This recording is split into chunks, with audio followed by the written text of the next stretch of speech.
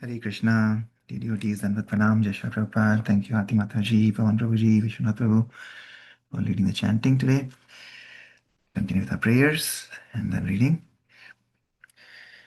Vandeham Shri Guru Shri Yutapada Kamalam Shri Gurun Vaishnavam Shri Rupam Sagrajatam Sahagana Raghunathanvitam Tam Sajivam Sadvaitam Savadhutam Parijana Sahitam Krishna Chaitanya Devam Shri Radha Krishna Padan Sahagana Lalita Shri Vishakhanvitamscha Nama Om Vishnu Padaya Krishna Prishtaya Bhutale Srimate Bhaktivedanta Swamannati Namine Namaste Saraswati Deve Gauravani Pracharine Nirvishesha Shunyavadi Paschat Deshatarine Jai Shri Krishna Chaitanya Prabhu Nityananda Shri Advaita Gadadhar Srivasadi Gaur Bhaktivinoda Hare Krishna Krishna Krishna Hare Hare Hare Rama Rama Rama Hare Hare Hare Krishna. Welcome everybody.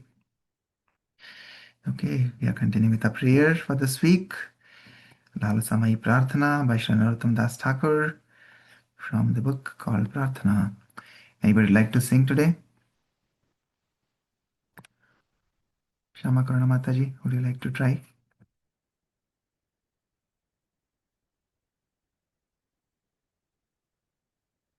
If you're speaking, you're on mute, Mataji. Shama Karuna Mataji. Yes, Prabhuji. I will try, Prabhuji, because this is the first time I'm singing. Hare Krishna. Okay. Please go ahead. Hare Krishna. Hare Krishna. Gauranga बोलिते हबे पुलक शरीरा हरि हरि बोलिते नयने बाबे नेरा आराख बिनिटाई चंदर करुणा होइबे संसारा बसाना मुरा कबे तुच्छ हाबे विषया झरिया कबे शुद्ध हाबे मना कबे हाम हेरो बेशी वृंदावना रूप रघुनाथा पदे होइबे अकुति कबे हाम भुजा हबो से युगल प्रीति रूप रघुनाथा पदे राहु मोराशा प्रार्थना करियो सदा नरोत्तम दासा हरे Krishna Krishna Krishna Hare Hare Hare Ram Ram Ram Hare Hare Hare Krishna Prabhuji. Should I read the translation, Prabhuji? Yes, please go ahead, Mataji. Okay. Yeah. When will that opportune moment come to us when there will be shivering of the body as soon as we chant loud Gauranga's name? While chanting Hare Krishna, when will there be tears in the eyes? When will I obtain the mercy of Lord Nityananda Chandra? When by his mercy will the desire for material enjoyment become very insignificant? When the mind is completely purified, being freed from material anxieties and desires, then I shall be able to understand Vrindavana and the conjugal love of Radha and Krishna, and then my spiritual life will be successful. When shall I be very much eager to study the books left by the six Goswamis headed by Srila Rupa Goswami and Srila Raghunatha Dasa Goswami? By their instruction, I shall be able to properly understand the loving affairs of Radha and Krishna. My only aspiration is to attain the lotus feet of the six Goswamis headed by Srila Rupa Goswami and Srila Raghunatha Dasa Goswami. Narottama Dasa constantly prays to attain their lotus feet. Jai Narottama Das ki jai. Hare Krishna Mahamantra ki jai. Sai Thank you, प्रार्थना Prabhu. की जय, Shri Narottam Jai. दास ठाकुर की जय, सद्गुरु श्रील प्रभुपाद की जय. Thank you, Mataji. Very nice. Anybody else would like to read this purport?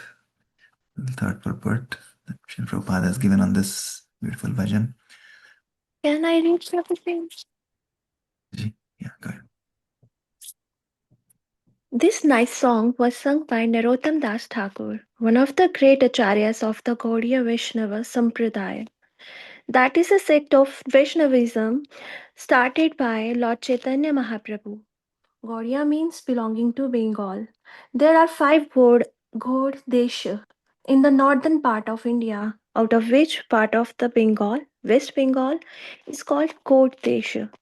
So Narottam Das Thakur's songs are very appropriate just to the conclusion of Vedic injunctions. So he sings this song, how one can rise up to the transcendental plane for associating directly with Radha and Krishna. What is that process?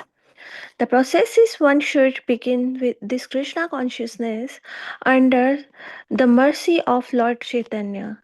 Sri Chaitanya Mahaprabhu is Krishna himself, and he is teaching people how to become Krishna consciousness. Lord Krishna, he personally spoke about himself in the Bhagavad Gita. But people who are not very intelligent, who are described in the Bhagavad Gita as Muda, Muda means rascal, and Dushkritna means Dushkritina, miscreant, and Naradhama. Naradhama means lowest of the mankind. Such persons cannot understand Krishna.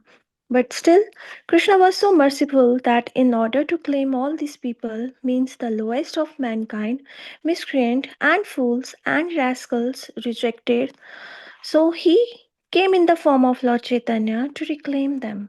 So God is so merciful that even some persons cannot understand him. First thing in first thing is people cannot understand actually what is God. But God comes himself to explain himself. Still they commit mistake. Therefore Krishna comes as a devotee to teach us about Krishna consciousness. So we have to follow the footprint of Lord Chaitanya. And Narottam Das Thakur teaches that first of all, try to chant the name of Gaur Sundra, Sri Krishna Chaitanya Prabhu Nityananda, Sri Advaita Gadadhar, Srivasati Gaur Bhaktivinoda. In this way, when we are a little bit attached to Gaur Sundar, Lord Chaitanya, then Gaur Sundar, Lord Chaitanya, then we automatically feel transcendental emotion, and that emotional state is exhibited by shivering in the body. We should not, however, imitate such shivering to show to the public that I have become a great devotee, but we should execute devotional service nicely and faithfully. Then that stage will automatically come. Then that stage will come automatically, shivering. As soon as one will chant the name of Sri Krishna Chaitanya, there will be shivering. This is the first symptom that one is getting advanced in the perfectional stage of Krishna consciousness. So Narottam Das Thakur says, Gauranga bolite habe fulake sharira. He is he is expecting, although he was a great acharya, still he was expecting when that stage will come. The wording of the song is as follows: Gauranga, Gauranga. Bolite habe Gauranga bolite habe Pulaka. Pulaka Sharira, Sharir, Gauranga bolite habe Pulaka Sharira, Hari Hari, Hari Hari. Bolita, I think I missed one line, I think, Prabhuji. So No, sorry. you're right, Mataji. Hari Hari Balite. Hari Hari Balite. Abe. Hari Hari bolite habe, habe. Hari Hari bolite kape. Not habe, kape, kape. Nayane, Nayane, Bhabe, Babe, Neera, Neer. The meaning is that there will be not only shivering as soon as I utter the name of Gauranga, but there will be torrents of tears in my eyes as soon as I chant Hare Krishna. This is the explanation. The next line is Ara Kabhe Nitai Chandra Koruna Hoipe. Spells out Ara Kabhe Nitai Chandra Koruna Koribe. This is also aspiration that when Nityananda Prabhu, the constant associate of Lord Chaitanya, will be pleased upon me. Karuna Koribe. Karuna Koribe means he will be pleased upon me. Nityananda Prabhu or Nitai Chand is the original spiritual master. He is Baldev. Bal means strength and Deva means Deva the personality of Godhead who gives strength. Therefore, Nitai Chand is a symbol of spiritual master who gives strength to the disciples. This is a process of disciplic succession. We have to acquire the spiritual strength. No amount of material strength can help mean the advancement of spiritual life. We must derive the spiritual strength. Just like we have to take electricity from the powerhouse by directly connecting with the powerhouse, not the wiring, but electricity. Similarly, this disciplic succession means the strength is descending from the original person to the spiritual master. That is the idea. So Narottam Das Thakur explains that when Nityai Chand will be pleased. And the result of such pleasure of Nityai Chand is that one becomes free from all desires for material enjoyment. Ara Kabe Nityai Chand Koruna Karibe. Samsara Vasana Mora Kabe Tuja Haibe. Spells out. So by the mercy of Nitai Chand, one will get free from all desire of material enjoyment. The next line is Vishaya Chadya Kabe Shuddha Haipe Mana. Spells out. This Kabe means when, aspiring. Shud means purified. Haipe will be. Mana means mind. So when actually our spiritual master or Nityanand Prabhuji is pleased upon us, at that time the symptom will be that we shall no longer hanker after material enjoyment. When that stage of life is arrived, at that time only we can understand what is Vrindavan, the abode of Krishna. Vrindavan is not a material place, just like ordinary city or country. It is transcendental. So, appreciation of Vrindavan will be possible when our mind is free from all material desires. Vishyachariya. Vishya means eating, sleeping, mating, and defending. They are always Vishya. Vishya means object. In the material world, there are these four objects are in view: how I shall eat, how I shall sleep, how I shall mate, how I shall defend. So, as soon as one is purified of all material desire, these material objectives will not be the problem. Vishya khabe shida haipe mana kabe hama haribo hirapo Sri Vrindavan. So then we shall be able to understand what is Vrindavan and what is the kingdom of God or Goloka Vrindavan. And the next stage is that one has to understand what is the loving affair, conjugal love between Radha and Krishna. And that will be possible if we carefully study the literatures left by the Goswamis. Just like Rupa Goswami has left behind him Bhakti Rasamrita Sindhu. With Vidhagada Madhava, Lalita Madhava, many books, especially that Bhakti Rasamrita and Sindhu. So, Vishya Chariya Khabe Shuddha Haipe Mana, Khabe Hama Hiribo Sri Vrindavan, Rup Raghunath Pade Haibe Akuti. Spells out. Hape means will be, Akuti eagerness. When I shall be very much eager to understand what is spoken by the Goswamis. These are the processes. We have to derive the pleasure of Nityananda. We have to understand the six Goswamis, what they are speaking. We have to cleanse our mind from material desires. These are the qualifications to understand what is Radha and Krishna. Otherwise, we shall be misled we shall think Radha and Krishna ordinary boy and girl. No, the activities are just like that, but it is all spiritual. There is no material contamination at all. There is no material inapproprieties. Therefore, in such loving affairs, in such embracing, such kissing in Radha and Krishna, that is all spiritual, eternal, blissful, full of knowledge, full of pleasure. So at present moment, in material condition, it is not possible to understand, but this is the purificatory process. We have to chant Shri Krishna Chaitanya Prabhu Nityananda Shri Advaita Gadadhar Shivasati Gaur Bhaktavrinda Hare Krishna Krishna Krishna Hare Hare Hare Rama Rama Rama Hare Hare. This chanting process has got the spiritual value to lead us to the highest stage of understanding Radha and Krishna. And as soon as we are capable of understanding what is Radha and Krishna, then it is possible for getting admission in the spiritual world.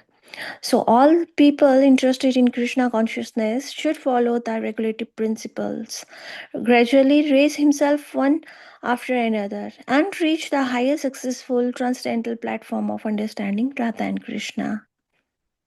Hari Bol. Hare Krishna. Hare Thank you, Krishna. Mataji. Okay, hopefully now it's very clear what is the process. Right? Prabhupada is teaching again. He said like we have to read these books given by the acharyas, especially Bhakti Rasamrita Sindhu. And we saw again correlation of this the other day when Prabhupada was in Vrindavan in Radha Damodar temple. All his disciples who had come, they were thinking now Prabhupada will talk about the the Rasa Leela and all the other topics. And Prabhupada just opened the book of Bhakti Rasamrita Sindhu and asked them to read from that. Right? So Prabhupada is again teaching what he's saying here in 1969, or same thing he's doing in 1972 while he's in Vrindavan. So, and yeah, like he says, we have to raise ourselves. We can raise ourselves by rising. The purport somewhere he was mentioning, we have to rise up to the transcendental platform. And by rising up in the morning and chanting the Panchatattva mantra and the Hare Krishna Maha mantra, we are slowly enabling ourselves to rise up to the transcendental platform. So, literally, by rising up, we rise up. Okay, let's continue with Prabhupada Lilamrit. Prabhupada is also showing his determination in getting the land in Bombay, even though Mr. Nair has been troubling and going back on his words, and because he was immersed in material consciousness, he was a cheat, and he was thinking that he can cheat the devotees also of the Lord. But Prabhupada is firm and determined, unlike his disciples who are young and inexperienced, who have also gone back on the process of cancelling the sales agreement. But Prabhupada is firm and he's coming from Ahmedabad back to Bombay. So we'll see continuing what happens next. Okay. Bombay was an important city and required grand temple worship, large festivals, mass prasadam distribution, and a variety of Vedic cultural programs. The Juhu land seemed ideal for a school, a theater, a library, apartments, a Hare Krishna city. So how could Prabhupada retreat from this rogue who was trying to cheat him? There would always be persons opposed to Krishna consciousness, Prabhupada said, but that did not mean the devotee should give in. A preacher had to be tolerant, and sometimes when all else failed and Krishna's interest was at stake, he had to fight. Another reason Prabhupada refused to give up this particular plot of land was that he had promised the deities, Shri Radha Rasa Vihari. He had invited Krishna here and prayed, "Dear sir, please stay here, and I will build you a beautiful temple." When Prabhupada had been touring and a devotee from Bombay had written him that the deities were being neglected, Prabhupada had written back, insisting that these abominable activities be rectified. The deity of Krishna was not a stone statue, but was actually Krishna, eager to reciprocate with his sincere devotee. So, if using the land for missionary work was the obvious or external reason for Prabhupada's determination to keep his Hare Krishna land, then the internal reason was his personal commitment to their lordships, Shri Shri Radha Rasa Vihari. Certainly, Mr. N and his associates could never understand this. Even Prabhupada's own disciples could not realize it fully. Prabhupada had brought Radha and Krishna into very poor conditions, but with the promise of something wonderful to come. At his request, Radha and Krishna had come, and they were standing patiently, giving eternal benediction to their worshippers, while Prabhupada struggled to fulfill his promise. 500 years ago, each of the six Goswamis of Vrindavan had had his own deity, for whom he had built a beautiful temple. But Prabhupada was empowered to install and maintain many deities. In his Western world headquarters were the opulent Rukmini Dwarkadish, in New York, Radha Govinda, in Dallas, big Radha Kala Chanji, on a traveling bus in America with Kirtananda Swami and Vishnu Swami were Radha Damodar, in London, Radha Landanishwar, in Mayapur, Radha Madhav, and in Australia, Radha Gopinath. All were Prabhupada's worshipable deities, Archavigraha incarnations of Radha and Krishna, appearing at the request of their pure devotee for the benefit of neophyte devotees in various places around the world. To establish many deities was one of Srila Prabhupada's prime contributions as a world preacher. And when he would visit each temple, he would always stand reverently before the deities, taking their blessings, and then he would offer prostrated obeisances. Be humble, he would instruct the devotees. Always remember, you are dealing with Krishna. And sometimes he would be unable to suppress his ecstatic symptoms of love for the deities. Through his representatives, his many disciples, he worshipped all these deities, but in the case of Radha Rasvihari, his involvement was more direct. Having taken India as his own managerial duty, he considered caring for this deity his specific responsibility. Prabhupada's fighting spirit to keep the land was so keen that he sometimes appeared to be fighting for fighting's sake. He sometimes even compared Mr. N to the demon Kamsa in Srimad Bhagavatam, who had repeatedly tried to kill Krishna. Just as Kamsa had employed many minor demons in his attempts to kill Krishna, so Mr. N had employed demoniac agents like lawyers, friends, and hoodlums. Krishna's killing of demons like Kamsa was his pastime or Leela. He enjoyed it. And Prabhupada, as a servant of Krishna, was fully absorbed in this fighting. He was vigilant, militant. When Mr. N bluffed or frightened the devotees, causing them to back down, Prabhupada held his ground. He took naturally to the fight. Krishna and Krishna's mission were being challenged. Never before had Prabhupada been so threatened or met such active enemies. In New Delhi, when he had been selling his Back to Godhead magazines, he had often met with brusque words. And in America, people had ignored him and occasionally heckled him. But no one had seriously attempted to stop his preaching. Here, however, was a demon working actively to cheat him, to destroy his preaching, to disperse his disciples, and to displace his deity. He was forced to fight, and his disciples, if they were to understand his mood, would also have to fight. Prabhupada was acting as the protector and the parent of the deities and of ISKCON Bombay. As he had described in the Nectar of Devotion, many great devotees have an eternal relationship with Krishna as his protector. When as a child Krishna had fought the serpent Kaliya, Krishna's mother and father had been plunged into transcendental anxiety. They had seen their child entangled in the coils of the serpent and, fearing for Krishna's life, had wanted to protect him. The eternal mother and father of Krishna always worry that Krishna may meet with harm, and when danger appears to come, their natural anxiety increases many times. In this way, they show the most intense love for Krishna. Srila Prabhupada's mood was to protect Radha Rasvihari and also his Krishna consciousness movement. Although he knew that Krishna was the supreme protector and that nobody could oppose his will, out of a protective desire to spread Krishna's glories, he feared that the demon Mr. N might harm Krishna. Prabhupada's feelings of anxiety and protectiveness extended to his disciples also. Although out of duty, he often criticized and corrected them privately, before others, he usually defended and praised them. When Dr. Patel, a Bombay physician, had criticized the way the devotees were living, not protecting themselves from mosquitoes, Prabhupada had said that because his devotees were liberated and did not identify with their bodies, such things did not trouble them. Prabhupada saw his disciples as children with little worldly experience. They did not know how to deal with rogues and could be easily tricked. But if the son was gullible, the father would have to be shrewd and strong to protect his family. As protector of the devotees and of Krishna's mission, Prabhupada wanted to establish good housing so that his disciples could serve Krishna in comfort, even elegance. Prabhupada's spiritual master, Srila Bhakti Siddhanta Saraswati, had taught the same thing when he said that the preachers of Krishna consciousness should have the best of everything because they were doing the best service to Krishna.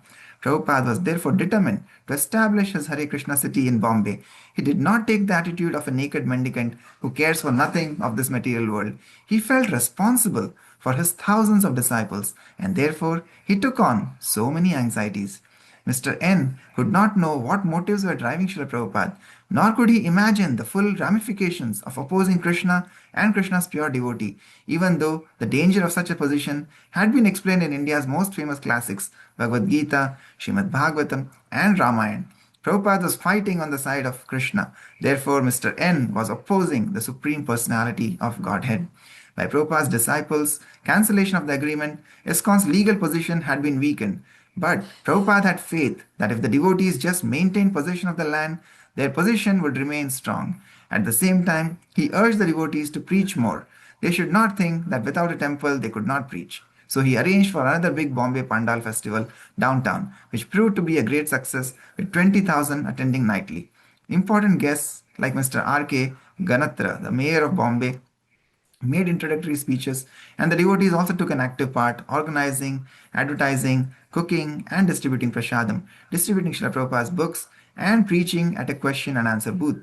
The Pandal festival served to lift the devotees out of the doldrums of their protracted legal fight and the austerity of their living at Juhu. During the last week of January 1973, Prabhupada met with Mr. N at the residence of Mr. Mahadevia. Although Prabhupada's lawyers had filed a criminal case against Mr. N, Prabhupada wanted to attempt an out-of-court settlement. He had always been gracious and charming with Mr. N, and Mr. N had always appeared responsive and polite. But this time was different. Gone were the smiles and friendly words. The two were remaining barely civil to each other. After a few minutes, Prabhupada asked his disciples to leave the room. Speaking in Hindi, Mr. N began accusing Prabhupada and the devotees of being connected with the CIA. I will come on Monday, said Mr. N tersely, with a check for 2 lakhs to pay back your down payment. All right, Prabhupada replied. If you don't want to part with your land, then we will leave. But think before you do this. Mr. N continued his accusations. You people are calling yourselves the owners of the land, but you are just a big disturbance to the whole area. Getting up at 4 and all this. We do not claim to be the owner, Prabhupada replied. Krishna is the real owner. I am not the real owner. Krishna is already there on his land. Why are you bothering us so much? Simply take the money and give us the land. Or if you want us to vacate, then prepare the check. Prabhupada had been speaking with restraint, but now his tone became angry. Bring out your check, and we will vacate tomorrow morning. No, we will vacate tonight. Give us our money back. Have you the money? Mr. N shouted. I will remove the deities myself. I will break the temple and remove the deities. Mr. N then stormed out of the room. That week, Mr. N was hospitalized after a severe heart attack. 2 weeks later, he died. When Prabhupada heard of Mr. N's death, he was at first silent. Then he quoted a verse Prahlad Maharaj had spoken following the death of his demoniac father, Hiranyakashipu. Modeta sadhurapi vrishchika sarpa hatya. Even a saint is pleased when a snake or scorpion is killed. Mrs. N, although not as legally astute as her late husband, carried on the fight, and her lawyers, eager to collect their fees, pursued even more intently than the litigation to drive out ISKCON. In April 1973, at ISKCON's instigation, ISKCON's case came before the High Court. There were tactical delays, however, and month after month passed with no decision. Prabhupada did not commit himself to construction on the land because he had no deed and no assurance of one. He toured the West, returned to India, but still nothing had happened to resolve the matter. Life in ISKCON Bombay was peaceful, but progress remained stunted, the outcome uncertain. Then one day, without warning, Mrs. N launched a violent attack. On the morning of June 1st, while the devotees were attending their routine duties, a truck drove onto the Juhu property. A demolition squad had come to dismantle the temple. Somehow, Mrs. N had convinced an official in the city government to authorize demolition of the temple, a modest structure of brick and steel reinforced concrete. When Giriraj attempted to show the officer in charge a letter establishing ISKCON's rights, the man ignored the letter and signaled for the demolition to begin. Soon, more trucks arrived until nearly 100 demolitionists, working with blowtorches and sledgehammers, swarmed over the property. The demolitionists mounted ladders and began breaking the roof of the temple hall with sledgehammers. Others used torches to cut through the steel supports. The plan of the demolition squad was to knock out the steel supports of the Kirtana hall and proceed methodically toward the deity house, wherein Radha Rasvihari stood. The devotees tried to stop the demolition, but policemen soon appeared on the scene and, working in pairs, would grab the dissenters by the legs and arms and carry them away. Police dragged the women away by the hair, while tenants on the land looked on. Some were glad to see the demolition, although others were sympathetic. Out of fear of the police, however, no one moved. to help the devotees.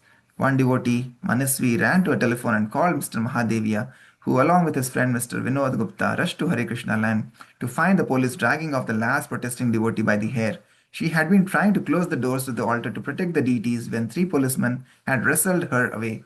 Mr. Mahadevia rushed to the house of a sympathetic tenant, Mr. Acharya, and phoned his brother Chandra Mahadevia, a wealthy businessman and friend of Bala Thakur, the leader of one of the most influential political parties in Bombay.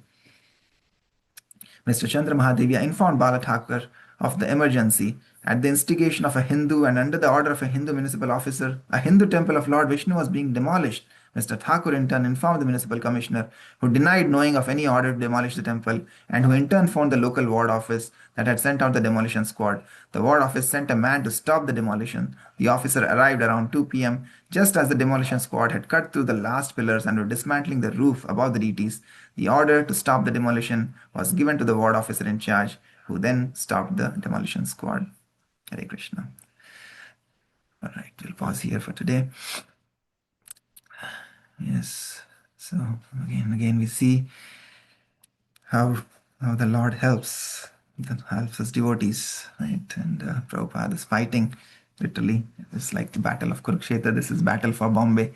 You can see, when all avenues of peace are closed, all doors are closed, then ultimately the devotee has to fight, right? And just like Arjuna didn't want to fight. He saw his relatives, his brothers, his gurus on the other side of the party, and he was confused about his duty, what to do.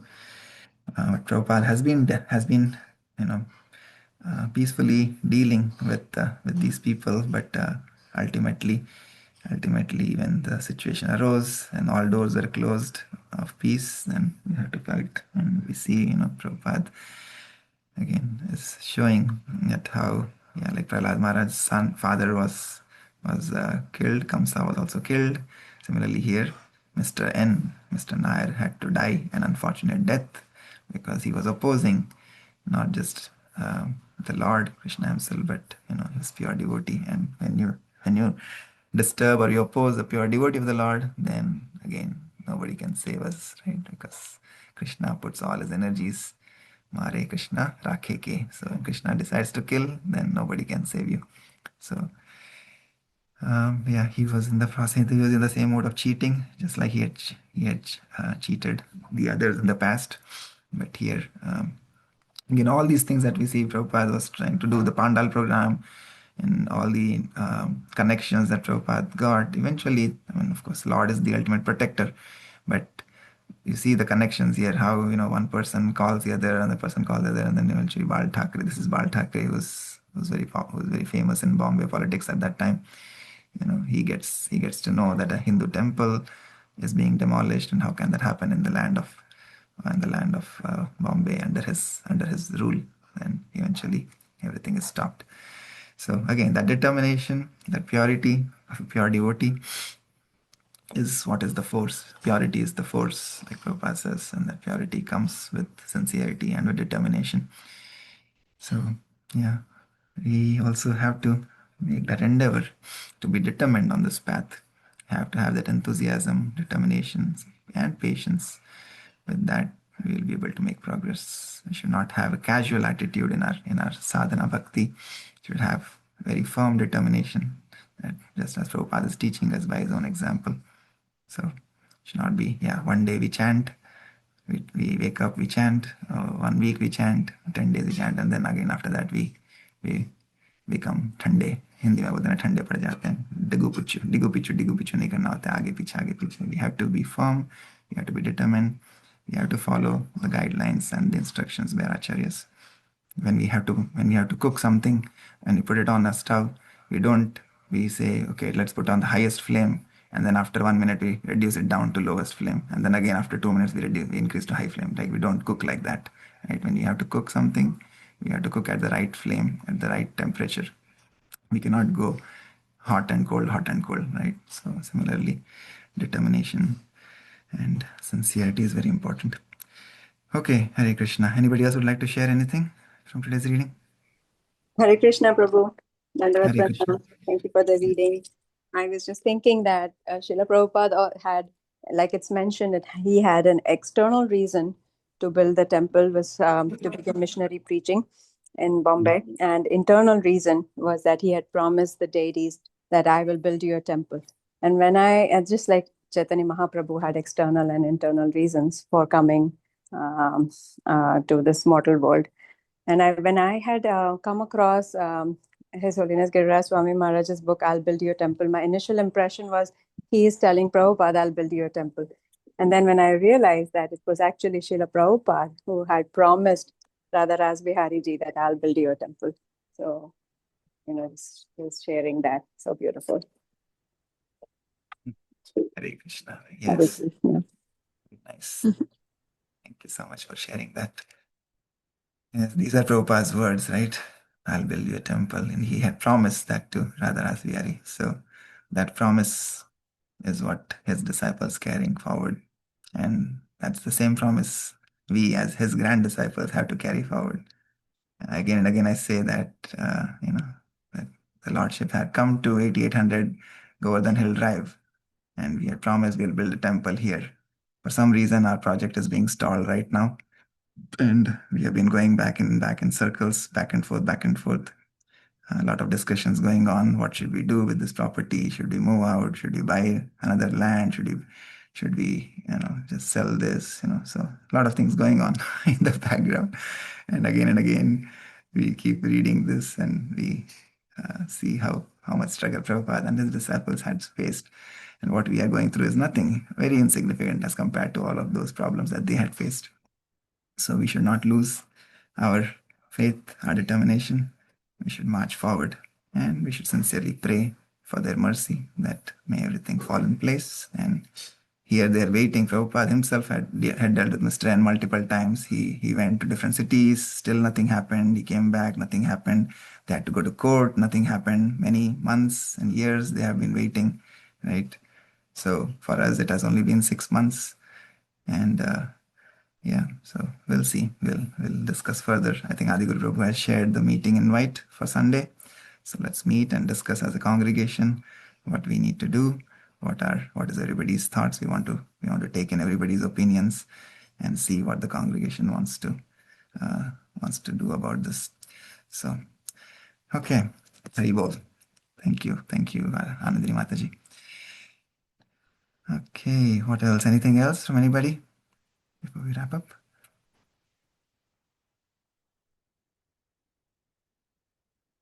Right, if not, then we'll conclude here for today. Thank you so much for your participation, wonderful thoughts, reflections, and your determination to join every morning for our Japa Sangha. Hare Krishna. Vancha kalpatarubhyascha kripa sindhubhya eva cha patitanam pavanebhyo vaishnavebhyo namo namaha. Anantakoti Vaishnavindi ki jai. Jagat Guru Srila Prabhupada ki jai. Nitai Gaur Premanande. Hari Hari Bol. Hare Krishna. Have a great day, everyone. Hare Krishna. Krishna. Hare Krishna. Mataji. Prabhuji, can I ask you a question if you're still there? Yes, go ahead, Devika Mataji. What does that phrase mean that you say, my God? Sorry, say that again, Mataji. What is the phrase? Nitai Gaur Haribol. What does Nitai Gaur mean? Oh, Nitai Gaur. Nitai is Baladev, Balaramji, and Gaura is Krishna in the mode of Radharani. So Nitai Gaur is Gaur Nitai, deities that we have that we bring at the center also. Gaura Nitai are Krishna and Balaram. Krishna in But the mood. Krishna ji was Savle, right? He was. Yeah. So why do we say Gaur? Oh, God. Okay.